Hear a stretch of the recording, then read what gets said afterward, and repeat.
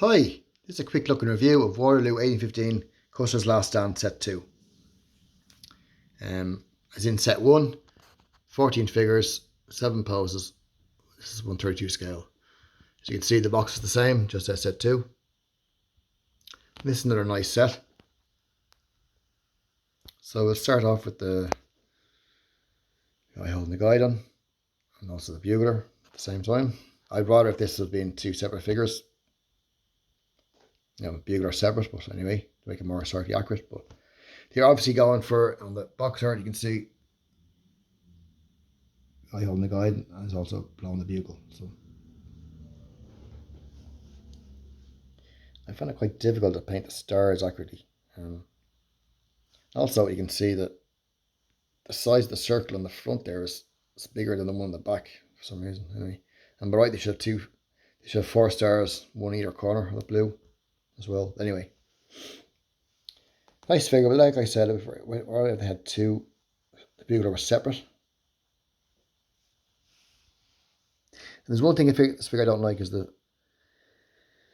pants, trousers look very kind of skin tight, and they're more baggy looking.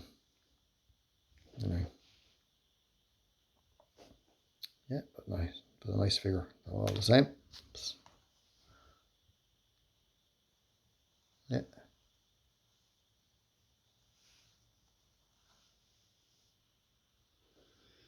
Then we have it's a corporal.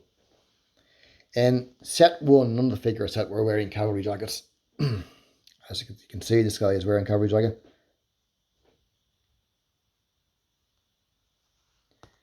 The piping on the collar, I did that free on myself, just try and make it more historically accurate. Although the jacket looks a bit kind of short or something, I don't know.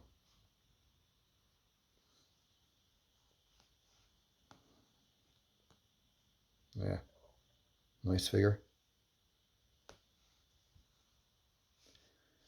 So, next guy, swinging his carbine. See how we got out ammunition or whatever.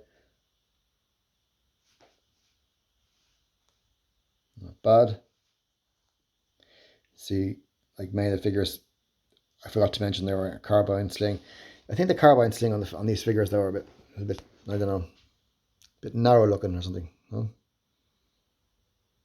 Or if they're a little bit wider.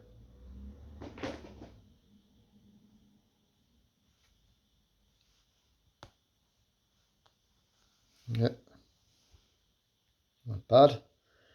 Then we have our typical kneeling and firing pose. Again, like in set 1, I'd rather if they were holding the carbine up to their eye line. But anyway. And rather this figure didn't have a canteen hanging off. I think that's historically inaccurate. I think many of the guys have had their canteens that have been put on their saddles of their horses.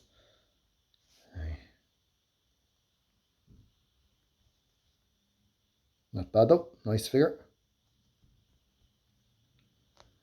And then this guy, so I thought I'd given her a go of painting one of the figures in a checker shirt or hickory shirt as they were called. Came out okay.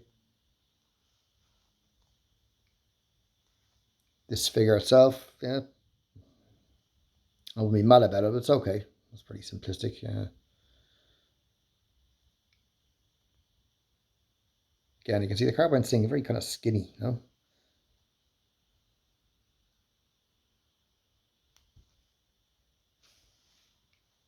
Yeah. Came out okay. And these two figures here. Now I didn't bother gluing them. So that's okay there. Have them off the base if you want, or like that. That's the base there. The hat. Or like that if you wanted, or so I didn't bother gluing them. This figure here though, again another figure with a cavalry jacket. See, in the whole of the 2 sets, only 2 figures are wearing cavalry jackets. This guy, and as I said, this guy. All are in shirts, whatever. All the rest are in shirts. But yeah, this I really like this figure. Again, I did the collar freehand, the piping on the collar freehand.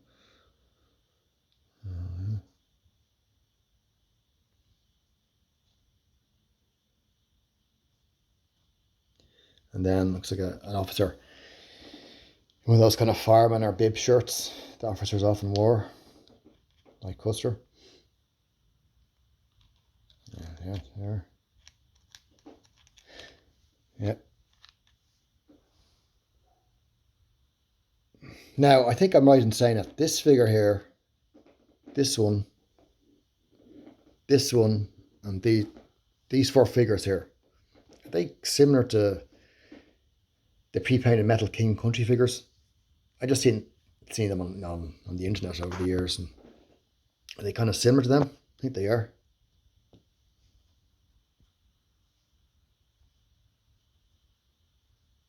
Yeah. Those 4, I think, are inspired by King Country figures. I don't have any King Country figures, but just what I've seen on the internet. Yeah, so yeah, just as a quick look, say compare these to this is an Airfix figure, for example. Very compatible, as you can see. Well, the 1/32 scale, both are 1/32 scale, but yeah. The only difference is the the carbine on the Airfix 7th Cavalry is I think it's a Sharps carbine, and on the Custer last time, of course, there's Springfield carbine. I think that's a Sharps carbine, isn't it? I think. But you can see compatible.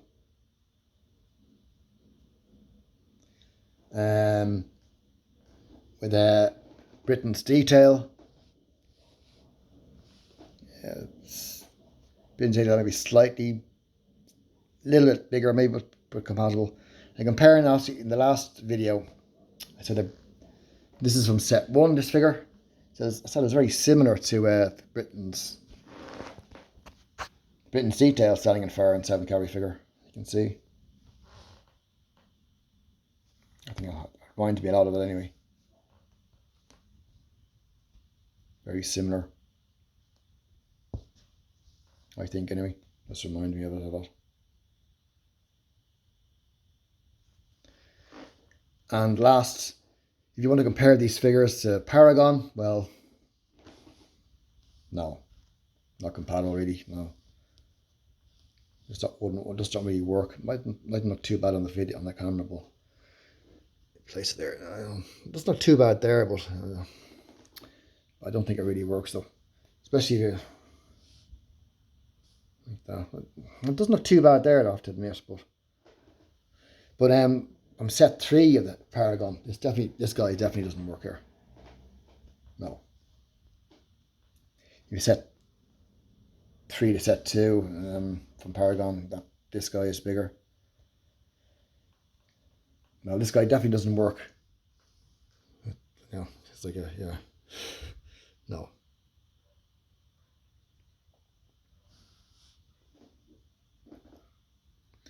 So yeah, there you have it then.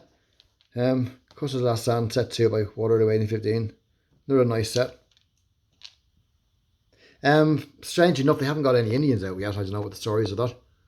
Will they ever release Indians for this? It doesn't make any sense if they're releasing 7 Cavalry figures and then they're releasing any Indians to go with them. I think I read a couple of years ago they were waiting to see how well these sets sold and then they'd do Indians. So I don't know. Maybe they will in a few years. Do Sue and Cheyenne. Hopefully, please God, they will. But anyway, thank you very much for looking at this video and have a great day. Thanks again. Cheers. Bye bye.